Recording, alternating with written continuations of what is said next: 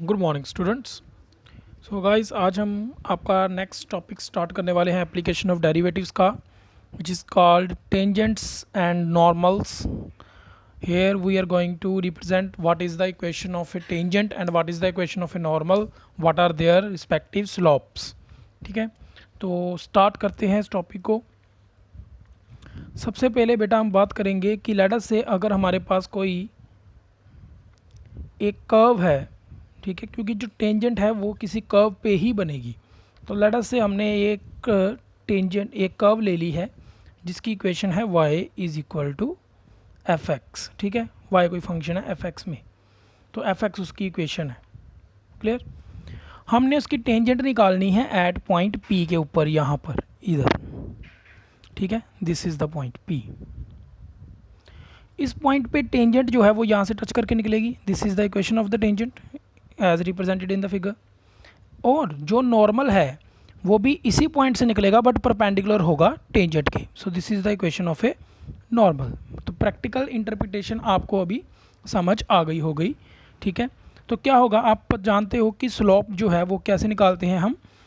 किसी भी equation of tangent के लिए हमें एक पॉइंट चाहिए होता है। ठीक है, तो लेटर से अगर पॉइंट आपका एक लाइन के ऊपर पॉइंट है x नॉट y नॉट, तो आपने +1 में किया था equation of a line that is y minus Y one is equal to, यहाँ पे स्लोप होती थी and x minus X one. तो x1 और y1 जो थे वो हमारे पॉइंट होता था लाइन के ऊपर। क्लियर। अब जो स्लोप है ना, जो आपकी ये थी y minus Y not over x minus X not, ये स्लोप अब चेंज होके बन गई है f डैश x, मीन्स ये उसका डेरिवेटिव बन गई है। ठीक है, तो अब ये कैसे बना है, इस चीज़ को हम थोड़ा रिप्रेजेंट करते हैं, थोड़ा सा समझते हैं कि हम स्लोप को dy/dx क्यों लिखते हैं। क्योंकि लेट अस से अगर मैं इसका कोई छोटा सा पोर्शन लेता हूँ, सिलेक्ट करता हूँ, ठीक है, तो एक्चुअली क्या हो रहा है, y जो है वो चेंज हो रहा है विद रिस्पेक्ट टू पॉइंट। ठीक है, y चेंज हो रहा है विद रिस्पेक्ट टू x। ठीक है, y क्या हो रहा है, चेंज हो रहा है विद रिस्पेक्ट टू x। ठीक है, तो अगर किसी छोटे पोर्शन की बात करते हैं तो वहाँ पे भी क्या हो रहा है, y जो कि है dy जो चेंज हो रहा है विद रिस्पेक्ट टू dx। ठीक है, तो हमने स्मॉल पोर्शन के लिए जो स्लोप निकलेगी वो क्या निकलेगी, dy/dx। Clear everyone. तो rate of change of y with respect to rate of change of time with respect to x, sorry. ठीक है, तो इसलिए हम स्लोप को dy/dx लिख सकते हैं इस पर्टिकुलर पोर्शन के लिए। ठीक है, क्लियर। क्योंकि जो डिफ्रेंशिएशन है वो हमें dy/dx है, वो हमें क्या है, किसी ऑलवेज छोटे पोर्शन का ही हम फाइंड करते हैं। क्लियर। सो अब हमें पता चल गया कि जो स्लोप ऑफ ए लाइन है वो हम dy/dx से रिप्रेजेंट कर सकते हैं, और जिस पॉइंट से भी है जो भी आपका डेरिवेटिव की वैल्यू आएगी उसमें वो पॉइंट क्या कर देना है, हमने फिल कर देना है। तो since y is a function of x, तो आपका जो dy/dx है वो भी x का फंक्शन ही आएगा, तो आपको y की वैल्यू फिल करने की ज़रूरत पड़ेगी नहीं। ठीक है, सिर्फ x की वैल्यू 0 फिल करने की ज़रूरत पड़ेगी। ठीक है, तो अब हम लिख सकते हैं the equation of the tangent is equal to y minus Y one, slope की जगह पे ये आ जाएगा f डैश x, और स्लोप ऑफ द टेंजेंट क्या होगी, dy/dx, जो भी आपका इक्वेशन ऑफ द सर्कल है या इक्वेशन ऑफ कर्व होगी। ठीक है, कर्व सर्कल हो सकता है, पैराबोला हो सकता है, ठीक है, कुछ भी हो सकता है। e⁻x, log x, these all are curves। आगे चलते हैं, slope of the normal try करते हैं। ठीक है, तो ऑब्वियसली आपने +1 में किया हुआ है, तो इक्वेशन ऑफ टेंजेंट अगर ये है, इसकी स्लोप अगर m है, तो इसके परपेंडिकुलर की स्लोप क्या हो जाती थी, दैट इज़ -1/m। आपको याद होगा परपेंडिकुलरिज्म की condition, m1 m2 is equal to था -1 के। तो यहाँ से आपके m2 क्या है, स्लोप ऑफ द नॉर्मल। तो स्लोप ऑफ नॉर्मल क्या यूज़ करेंगे, -1/m, वही स्लोप का नेगेटिव रेसिप्रोकल। ठीक है, तो आप देख सकते हो स्लोप ऑफ द नॉर्मल क्या आ गई, 1/this। ठीक है, इसके आगे नेगेटिव साइन भी आएगा। क्लियर।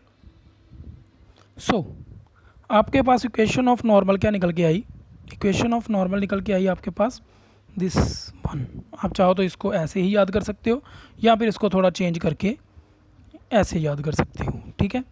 तो इस तरह से क्या होगा, पहले स्लोप इसके साथ ये एक्स के साथ मल्टीप्लाइड थी तो इक्वेशन ऑफ टेंजेंट बन जाएगी, तो अगर ये वाई वाले के साथ मल्टीप्लाई हो गई तो इक्वेशन ऑफ नॉर्मल हो जाएगी, ठीक है। बस यहाँ पे प्लस का साइन है, ऊपर नेगेटिव का इक्वल टू का साइन है, ठीक है। तो ये तो बात हो गई equation of normal, slope of normal. अब हमने इस टॉपिक में अभी तक पढ़ लिया है इक्वेशन ऑफ नॉर्मल, ठीक है, उसकी स्लोप के बारे में पढ़ लिया, इक्वेशन ऑफ टेंजेंट उसकी स्लोप के बारे में पढ़ लिया, ठीक है। अब इसको थोड़ा जनरलाइज कर देते हैं, जो भी अभी तक हमने पढ़ा है उसके रिजल्ट्स के रूल अकॉर्डिंग हम लिख सकते हैं। Just take a look.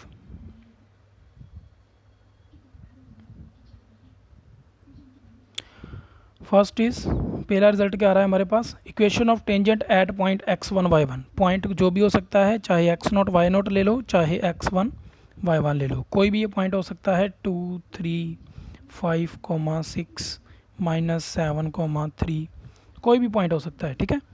सो आप इस पॉइंट पे क्या फाइंड करना चाहते हो, equation of the tangent with slope.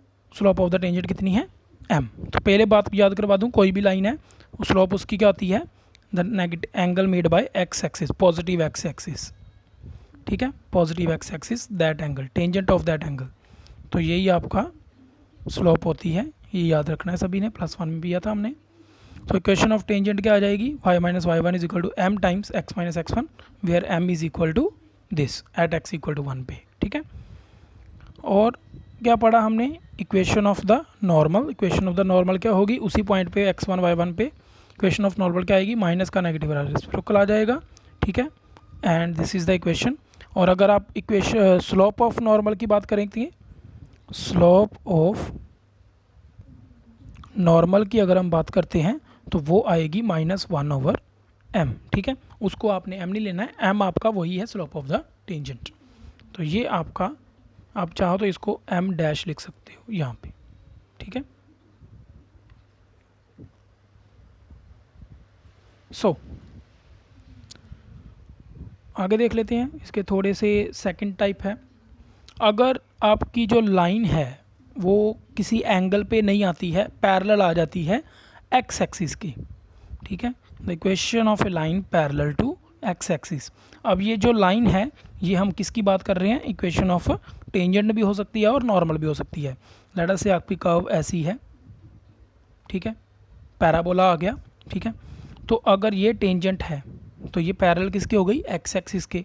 तो अब इसकी इक्वेशन क्या होगी, तो अब आपको ज़्यादा सोचना नहीं पड़ेगा, क्योंकि यहाँ पे थीटा क्या है, 0 डिग्री हो गया है, ठीक है।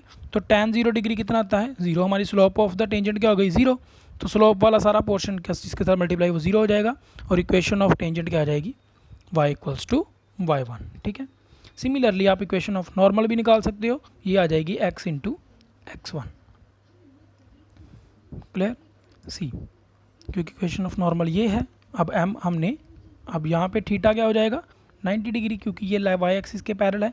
तो नॉर्मल तो यहाँ पे होता है, तो थीटा कितना हो गया, 90 डिग्री, क्योंकि हम ये इक्वेशन निकाल रहे हैं, थीटा 90 डिग्री हो गया अब, ठीक है।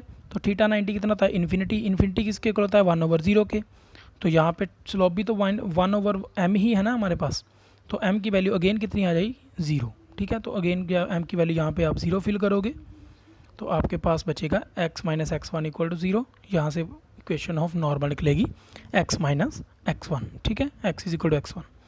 तो आपने ये ध्यान में रखना है दैट कि जब लाइन x एक्सिस के पैरेलल है तो equation of tangent y is equal to y1 है, equation of normal x is equal to x1 है, ठीक है। ये दो चीज़ें, तीन चीज़ें ध्यान में रखनी है।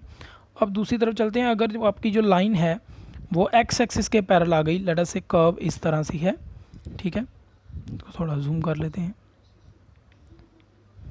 अगर आपकी कर्व इस तरह से आ जाती है, एक्स एक्सिस के पैरेलल लाइन आ गई, अब ये टेंजेंट की, ये आपका हो गया टेंजेंट, और यहाँ पर आपका हो गया नॉर्मल, ठीक है। तो इक्वेशन ऑफ टेंजेंट जब आ रही है, ये टेंजेंट आ रही है, तो एंगल बनना है 90 डिग्री, ठीक है। तो बस उसका रेसिप्रोकल हो जाएगा। इक्वेशन ऑफ टेंजेंट आपकी ये वाली हो जाएगी उसकी नॉर्मल की, और इक्वेशन ऑफ नॉर्मल उसका टेंजेंट का हो जाएगा, रेसिप्रोकल हो जाएगा, अल्टरनेटिव हो जाएगा, clear. So this is much for today. Understand these concepts, write it down on your personal notes and tomorrow we will discuss the problems related to that concept. Okay guys, have a nice day.